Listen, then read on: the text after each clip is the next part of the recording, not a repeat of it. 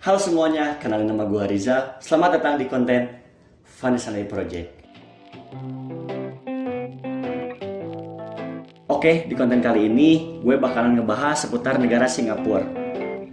Negara Singapura, jika dilihat dari segi geografisnya, ialah negara yang sangat kecil dan bahkan mereka tidak mempunyai sumber daya alamnya. But how can Singapore can be the one of the richest country in the world? Kenapa ya? Menurut laporan Henley and Partners pada tahun 2024, Singapura adalah kota terkaya keempat di dunia dan menjadi kota terkaya kedua di Asia setelah kota Tokyo. Gini deh, coba lo bayangin. Ada sebuah negara yang luas ukurannya tuh kurang lebih seukuran kota Jakarta. Tapi kenapa negara ini bisa mengalahkan negara-negara ataupun kota-kota besar di seluruh dunia? Bukan hanya itu. Jika kita melihat PDB per kapitanya, Singapura bahkan berada di salah satu negara terkaya yang ada di dunia. Mereka berhasil mengalahkan negara-negara besar seperti Amerika Serikat dan Inggris. Ini menunjukkan betapa kuatnya ekonomi yang dimiliki oleh negara Singapura. Dan hebatnya lagi, Singapura menjadi negara teraman kedua di dunia untuk berinvestasi. Hal ini adalah bukti bahwa mereka bukan hanya negara kaya, tetapi menjadi surga untuk para investor asing untuk berinvestasi di sana karena stabilisasi negaranya yang sangat bagus. Gambaran Singapura yang saat ini kita lihat adalah Singapura yang sangat maju. Jika kita flashback berpuluh-puluh tahun ke belakang, maka keadaan Singapura pada saat itu 360 derajat terbalik dibandingkan keadaan Singapura pada saat ini. Maka dari itu, mari kita flashback sejenak. Negara Singapura sama seperti negara kita Indonesia. Mereka adalah negara jajahan. Pada awal kemerdekaannya, Singapura adalah salah satu negara termiskin yang ada di dunia. Keadaan ekonomi mereka hancur lebur, pengangguran di mana-mana, dan yang paling parah, mereka tidak mempunyai sumber daya alam sama sekali. Mereka tidak mempunyai minyak, mereka tidak mempunyai tambang emas, mereka tidak mempunyai batu bara. Pada saat itu, Singapura tidak memiliki sesuatu yang bisa dikembangkan untuk menjadi negara maju, baik itu dari sumber daya manusianya maupun dari sumber daya alamnya. Untuk mengatasi masalah ini, pada tahun 1963, negara Singapura mencoba untuk gabung ke Federasi Malaysia bersama dengan Malaya, Sarawak, dan juga Borneo Utara atau sekarang lebih dikenal dengan Sabah. Dengan masuk ke Federasi Malaysia, negara Singapura berharap agar mereka bisa masuk ke pasar yang lebih besar, yang dimana hal ini sangat berperan penting untuk pertumbuhan ekonomi di negaranya. Namun hal itu tidak terjadi secara mulus. Terdapat perselisihan para pemimpin pada saat itu, yaitu pemimpin dari Singapura dan juga pemimpin dari Malaysia, terutama menyangkut isu-isu ekonomi, politik, dan juga rasial. Kedua belah pihak memiliki visi yang berbeda terhadap masa depan federasi. Konflik ini memuncak dengan adanya kerusuhan rasial di Singapura pada tahun 1964. Situasi menjadi sangat berbahaya dan tidak terkendali. Para pemimpin Malaysia pada saat itu setuju bahwa salah satu cara untuk menghentikan konflik ini adalah dengan cara mengusir Singapura dari Federasi Malaysia. Pada 9 Agustus 1965, negara Singapura resmi dikeluarkan dari Federasi Malaysia. Pada saat itu, momen ini adalah momen paling menyakitkan bagi Perdana Menteri Singapura, yaitu Lee Kuan Yew. Air matanya menetes di depan kamera banyak orang pada saat itu, karena dia merasakan beban yang berat ada di pundaknya. Lee's worst nightmare became a reality, and the separation became official.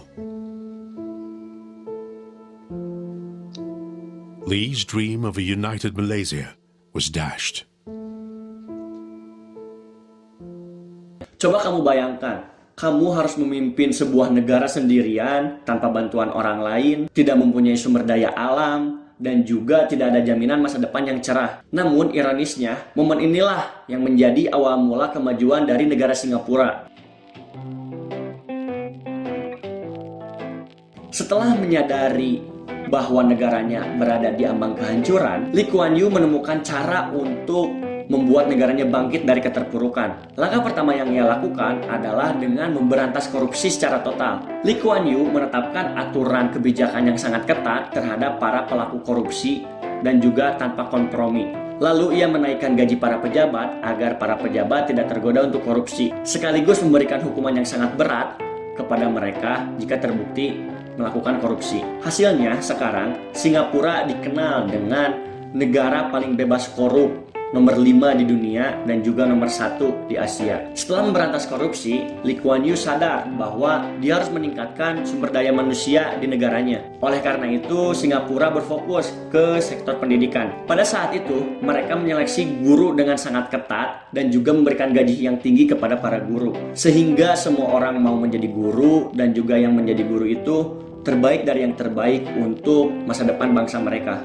Seiring berjalannya waktu, karena kasus korupsi rendah dan juga masyarakatnya terdidik, para investor asing mulai tertarik untuk berinvestasi di Singapura. Menurut HSBC, negara Singapura membuat kebijakan pajak yang sangat ramah untuk para investor.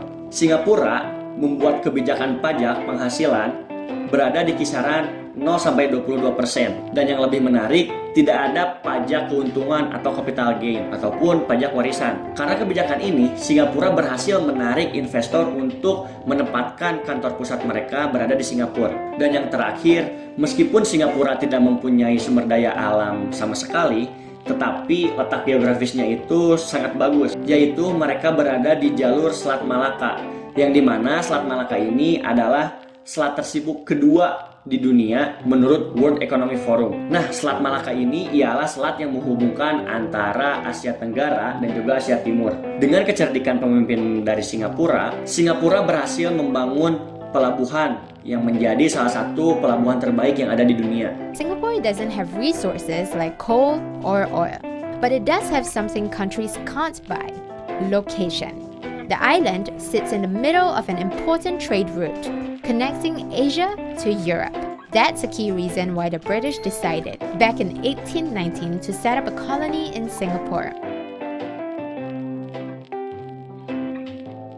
Namun di balik kesuksesan dan kemewahan negara Singapura yang kita ketahui, terdapat sisi gelap yang sebenarnya tidak banyak diketahui oleh banyak orang. Masalah pertama ini adalah masalah yang cukup sering terjadi di negara besar, yaitu kesenjangan sosial. Meskipun pemerintah berupaya keras untuk mengatasi gap antara si kaya dan si miskin, tetapi hal ini masih terasa di sana. Sekarang hal ini menjadi prioritas masalah nasional Singapura untuk diatasi. Pemerintah Singapura dalam setiap tahunnya berupaya berbagai cara untuk mengatasi antara si miskin dan juga orang-orang yang tidak beruntung agar bisa mendapatkan kualitas pendidikan dan juga lapangan pekerjaan yang sama.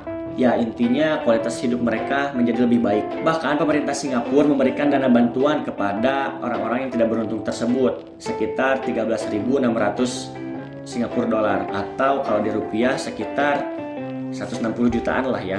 Nah, untuk kategori orang-orang yang tidak beruntung atau miskin ini ialah orang yang mempunyai satu ruangan atau dua ruangan di rumah mereka. Jadi ya kategori miskin di Singapura itu kayak gitu. Selain itu, pemerintah Singapura juga meningkatkan infrastruktur dan juga transportasi umum agar masyarakat di sana dapat hidup dengan nyaman. Dan berbeda dengan negara kita, di Singapura, SIM atau lisensi mobil itu sangat mahal, yang menyebabkan masyarakat di sana enggan untuk membeli mobil dan lebih memilih untuk menggunakan transportasi umum. Dilansir dari Lombard Odier Bank, menyebutkan bahwa orang-orang kaya di Singapura mereka merasa tidak bahagia. Mereka mengorbankan keseimbangan antara kehidupan pribadi dan juga pekerjaan yang menyebabkan hidup mereka terganggu. Yang pada akhirnya hal itu berdampak kepada kesehatan mental mereka dan juga kesejahteraan mereka. Tetapi di balik semua itu, tetap saja negara Singapura adalah negara yang hebat. Hal ini bisa dilihat dari sebelum-sebelumnya, yaitu negara Singapura tidak memiliki apa-apa, bahkan dicap sebagai negara paling miskin di dunia, dan sekarang menjadi salah satu negara terkaya yang ada di dunia. Oke, mungkin cuma segitu yang bisa gue sampein. Harapan gue, semoga pemerintah kita bisa meniru keadaan dari Singapura yang sebelumnya tidak mempunyai apa-apa menjadi salah satu negara terkaya di dunia. Seharusnya negara kita yang mempunyai segalanya bisa menjadi negara terkaya di dunia. Oh iya, hampir kelupaan. Kalau ada request mau bahas topik apaan, atau misalkan penjelasannya kurang, atau ya bebaslah, terserah kalian. Coba tulis di kolom komentar. Terima kasih dan bye-bye.